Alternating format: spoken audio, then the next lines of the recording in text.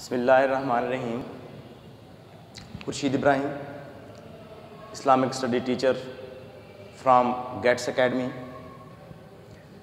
उसवा हसना के हवाले से हम बात कर रहे थे। उसवा हसना के हवाले से आज का हमारा मौजू सब्र व इस्तक़लाल। सबसे पहले हम इसका पस मंज़र पढ़ेंगे।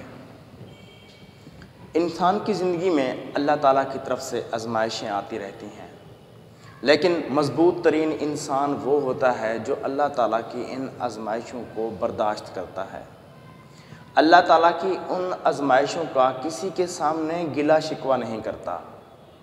जिस तरह कहा जाता है कि एक दरख्त अगर उसकी जड़ें कड़वी हों तो उसका फल मीठा होता है, बिल्कुल इसी तरह अल्लाह ताला की तरफ से आने वाली आज़माइशों को बर्दाश्त करने से अल्लाह ताला की तरफ से मीठा फल मिलता है। तो सब्र व इस्तक़लाल ना सिर्फ इसके दुनियावी फ़वाइद हैं, बल्कि आखिरत के अंदर भी अल्लाह ताला ने इसके हवाले से बेशुमार इनामात तैयार करके रखे हैं।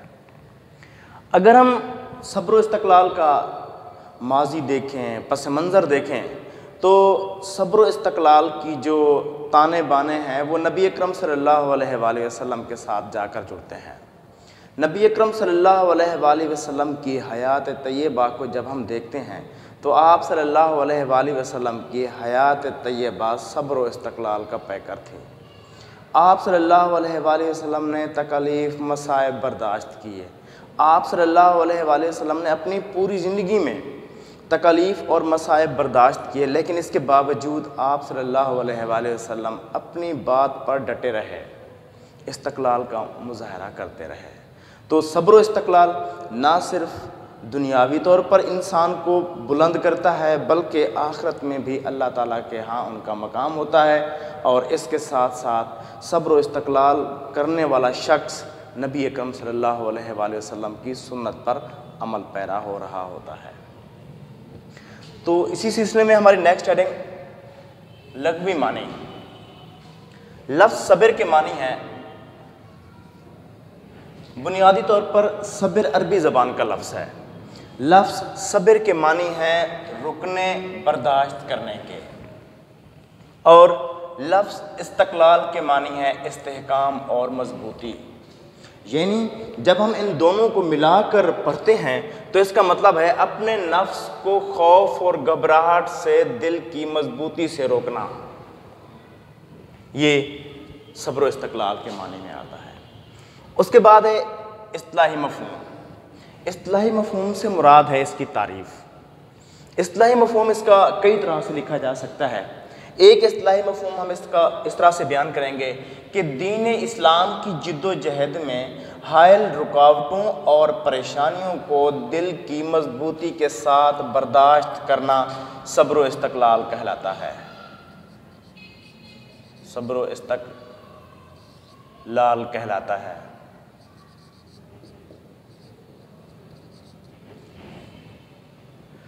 उसके बाद हमारी नेक्स्ट हेडिंग है सब्र व इस्तक़लाल की अहमियत कुरान मजीद की रोशनी में। कुरान पाक के अंदर तकरीबन 70 से 75 मरतबा यानी 70 to 75 टाइम्स कुरान पाक के अंदर सब्र का बरह रास्त या बिलवास्ता तौर पर ज़िक्र हो चुका है। सब्र की अहमियत के बारे में कुरान पाक के अंदर बयान किया जा चुका है। जैसा कि कुरान पाक की एक आयत है, और नमाज और सब्र के साथ मदद तलब करो। ये कुरान पाक के अंदर सब्र के हवाले से बयान किया गया है। इसी के साथ एक और आयत मुबारका में है, अल्लाह ताला सब्र करने वालों को पसंद करता है। अल कुरान, ये भी कुरान पाक के अंदर बयान हुआ है। इसी तरह कुरान पाक की एक और आयत में बेशक अल्लाह ताला सब्र करने वालों के साथ है। जैसा कि मशहूर तरीन इन्नल्लाहा मा साबिरीन, बेशक अल्लाह ताला सब्र करने वालों का साथ देता है या साथ होता है। इसी तरह कुरान पाक की एक और आयत में, ऐ ईमान वालो सब्र करो और एक दूसरे को सब्र दिलाओ। यहाँ पर अगर परेशानी, कोई मुसीबत आ जाए तो अल्लाह ताला कुरान पाक के अंदर फरमाता है, क्योंकि अल्लाह ताला की तरफ से ईमान वालों पर, जो मोमिन हैं, उन पर आजमाइशें आती रहती हैं। तो इसलिए अल्लाह ताला कुरान पाक की इस आयत के अंदर ये हुक्म दे रहा है कि ख़ुद भी सब्र करो और दूसरों को भी सब्र दिलाओ।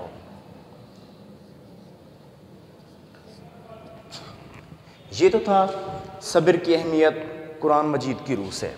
अब है सब्र की अहमियत हदीस मुबारक की रोशनी में। हदीस मुबारक आप लोग जानते हैं कि नबी अकरम सल्लल्लाहु अलैहि वसल्लम के कौल मुबारक को कहा जाता है।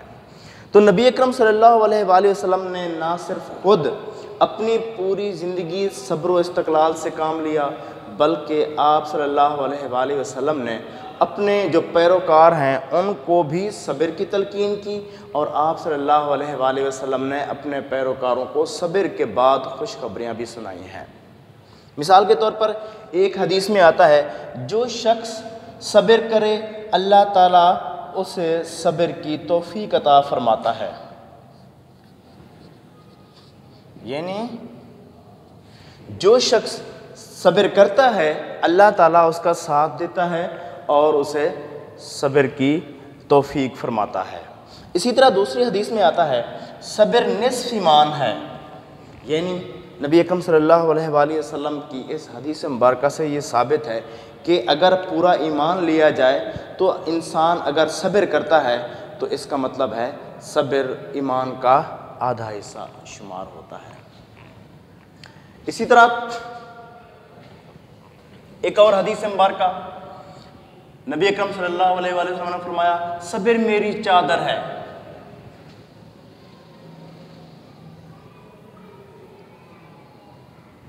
क्योंकि आप सल्लल्लाहु अलैहि वसल्लम ने अपनी पूरी हयात तय्यबा में सब्र से काम लिया, तो इसी तनासुब से आप सल्लल्लाहु अलैहि वसल्लम यहाँ फरमा रहे हैं, सब्र मेरी चादर है। इसी तरह एक और हदीस मुबारक में आता है,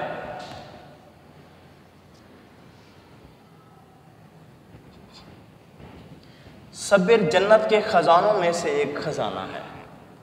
जन्नत की यहाँ बात की, यहाँ आप सल्लल्लाहु अलैहि वसल्लम ने मोमिनीन को खुशखबरी सुनाई है कि जन्नत के अंदर जो मौजूद ख़जाने हैं, अगर कोई शख्स सब्र करता है दुनिया के अंदर तो उसे जन्नत के ख़जानों में से एक ख़जाना मिलता है।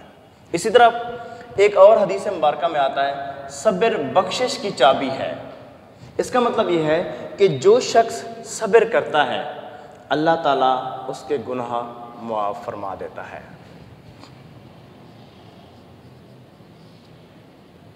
अल हदीस। इसी तरह एक और हेडिंग हमारी मेन हेडिंग है, ये हमने हदीस मुबारक के हवाले की मेन हेडिंग थी। इसके बाद एक और हेडिंग, गुनाहों की मुआफ़ी।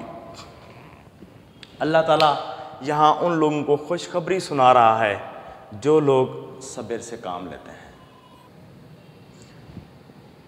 गुनाहों की मुआफ़ी अल्लाह ताला ने, यानी नबी अकरम सल्लल्लाहु अलैहि वसल्लम ने अल्लाह ताला की तरफ से मुसलमानों के लिए सब्र व इस्तक़लाल की सूरत में खुशखबरियाँ भी सुनाई हैं।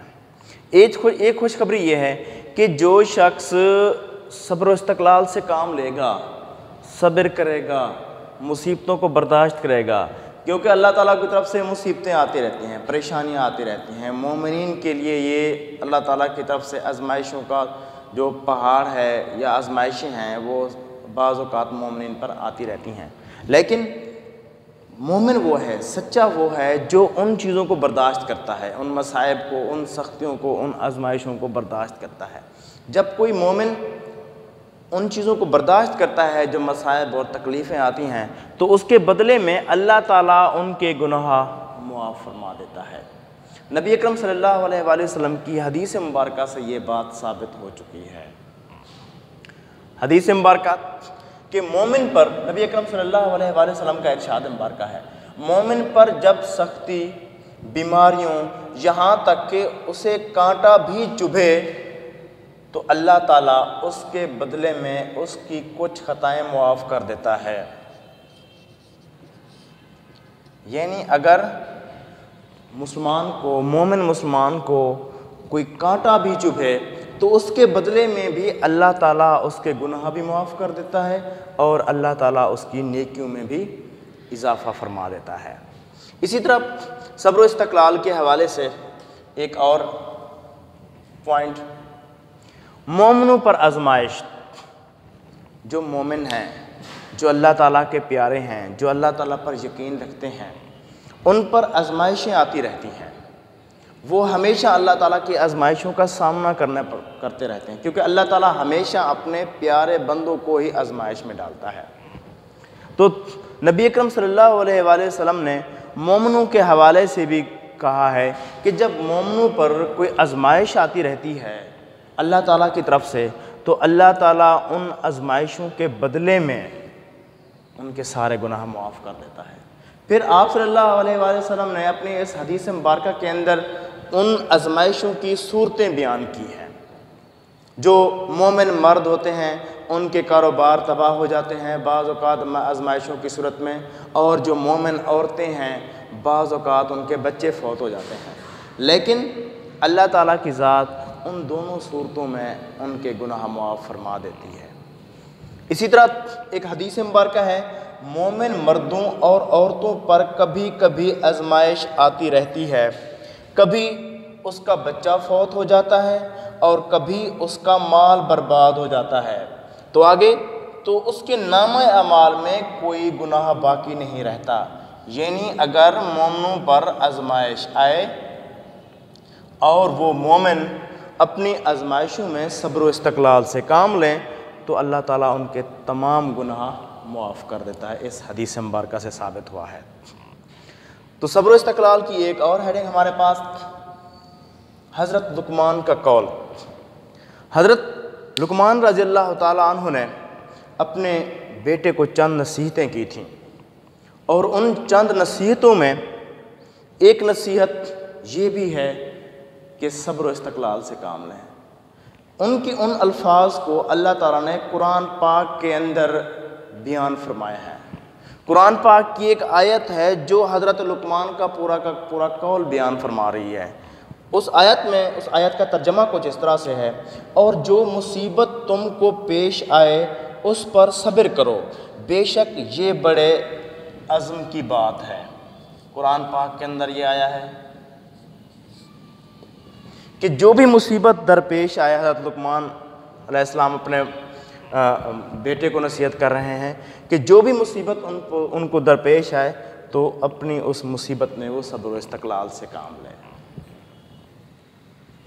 इसी तरह सब्र व इस्तक़लाल की एक और हेडिंग, आप सल्लल्लाहु अलैहि वसल्लम और सब्र व इस्तक़लाल। आप सल्लल्लाहु अलैहि वसल्लम सब्र व इस्तक़लाल का पैकर थे।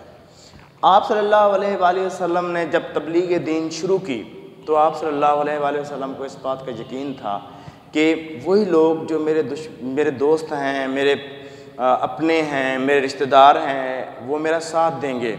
लेकिन जो ही आप सल्लल्लाहु अलैहि वसल्लम ने तबलीग दीन शुरू की तो वही आप सल्लल्लाहु अलैहि वसल्लम के रिश्तेदार आप सल्लल्लाहु अलैहि वसल्लम के दुश्मन बन गए। कोई आप सल्लल्लाहु अलैहि वसल्लम को नौज़ बिल्ला पागल कहता था, कोई आप सल्लल्लाहु अलैहि वसल्लम को नौज़ बिल्ला दीवाना कहता था, कोई आप सल्लल्लाहु अलैहि वसल्लम को नौज़ बिल्ला शायर कहता था, कोई आप सल्लल्लाहु अलैहि वसल्लम से नफ़रत करने लग गया।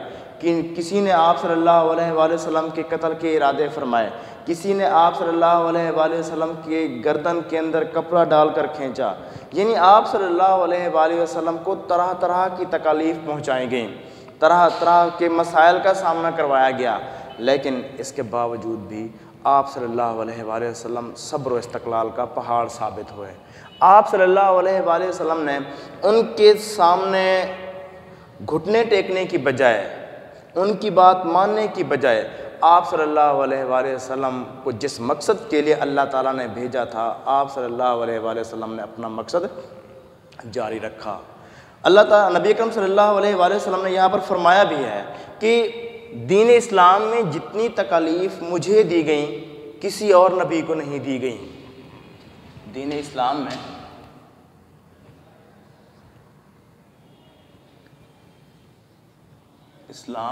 जितनी तकलीफ़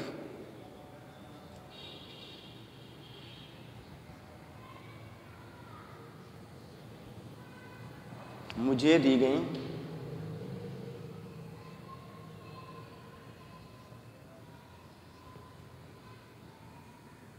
किसी और नबी को नहीं दी गई।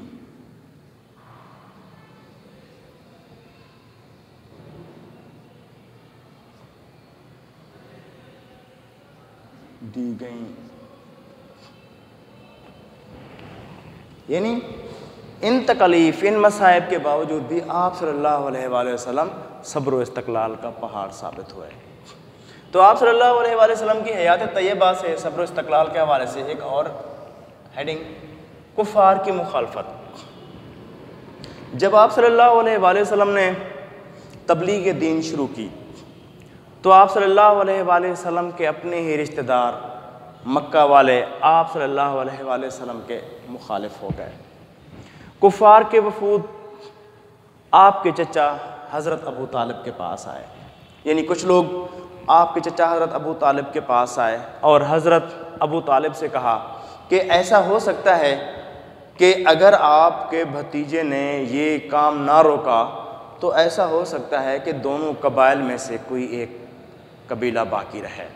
लिहाजा उन्होंने आप सल्लल्लाहु अलैहि वसल्लम के चचा को ये धमकी दी कि अपने भतीजे से कहें कि वो बाज आ जाए, इस काम से बाज आ जाए। आपके चचा हज़रत अबू तालिब उनकी बातों से खौफज़दा हो गए, डर गए।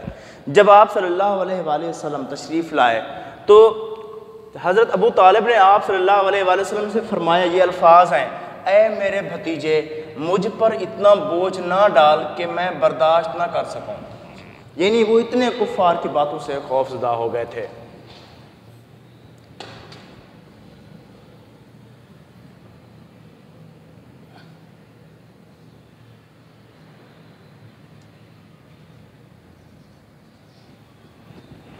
वो इतने खौफज़दा हो गए थे, लेकिन आप सल्लल्लाहु अलैहि वसल्लम ने उनकी बात की मुखालफत करते हुए, उनको समझाते हुए फरमाया, आपकी मदद का शुक्रिया। इस पर आप सल्लल्लाहु अलैहि वसल्लम थोड़े गुस्से भी हुए और फरमाया चचा अबू तालिब से कि आपकी मदद का शुक्रिया, आप बेशक मेरी मदद से किनारा कश हो जाएं। अल हदीस।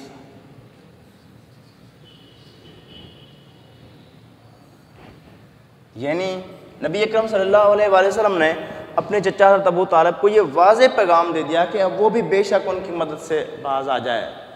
तो आप सल्लल्लाहु अलैहि वसल्लम ने इस मौका पर तारीख़ साज़ अल्फाज कहे थे कि अगर ये मुशरिकीन मेरे दाएं हाथ में सूरज और मेरे बाएं हाथ में चाँद भी ला कर रख दें तो फिर भी मैं तबलीग दीन से पीछे नहीं हटूँगा। इसी तरह एक और हयात तैयबा से मिसाल, कुफ़ार की लालच। जब कुफ़ार ने, मुशरिकीन ने ये देखा कि तमाम हरबे नाकाम हो गए हैं तो उन्होंने एक और हरबा इस्तेमाल किया आप सल्लल्लाहु अलैहि वसल्लम को लालच देने का कि शायद आप किसी लालच में आ जाएं और आप सल्लल्लाहु अलैहि वसल्लम अपने इस काम से पीछे हट जाएं। कुफ़ार ने आप सल्लल्लाहु अलैहि वसल्लम को 3 चीज़ों की लालच दी। हज़रत अबू तालिब से उन्होंने कहा कि आपका भतीजा जितनी दौलत चाहे हम उन्हें दे सकते हैं। दूसरे उन्होंने लालच दी थी कि अगर आपका भतीजा चाहे तो हम उन्हें अपना सरदार भी बना सकते हैं। उन्होंने ये बात भी कही थी कि अगर नबी अकरम सल्लल्लाहु अलैहि वसल्लम चाहें तो हम मक्का की खूबसूरत से खूबसूरत लड़की से उसकी शादी करा सकते हैं। लेकिन आप सल्लल्लाहु अलैहि वसल्लम ने उनकी इन सारी बातों को मानने से इनकार कर दिया और आप सल्लल्लाहु अलैहि वसल्लम ने अपनी तबलीग को जारी फरमाया। इसी सिलसिले में एक और वाक़या हमारे पास, अक़बा बिन अबी मुहीत का वाक़या। एक मरतबा नबी अकरम सल्लल्लाहु अलैहि वसल्लम सहन काबा में नमाज अदा फरमा रहे थे तो वहाँ पर मुशरिकीन की एक जमात मौजूद थी। मुशरिकीन की उस जमात के अंदर अबू जहल भी मौजूद था। तो अबू जहल के उकसाने पर अक़बा बिन अबी मुहीत ने नबी अकरम सल्लल्लाहु अलैहि वसल्लम जब सजदे में गए तो ओजड़ी पड़ी हुई थी, ओजड़ी उठाकर आप सल्लल्लाहु अलैहि वसल्लम के ऊपर रख दी। आप सल्लल्लाहु अलैहि वसल्लम उसकी वज़न की वजह से सजदे से ना उठ सके। इस बात की खबर जब हज़रत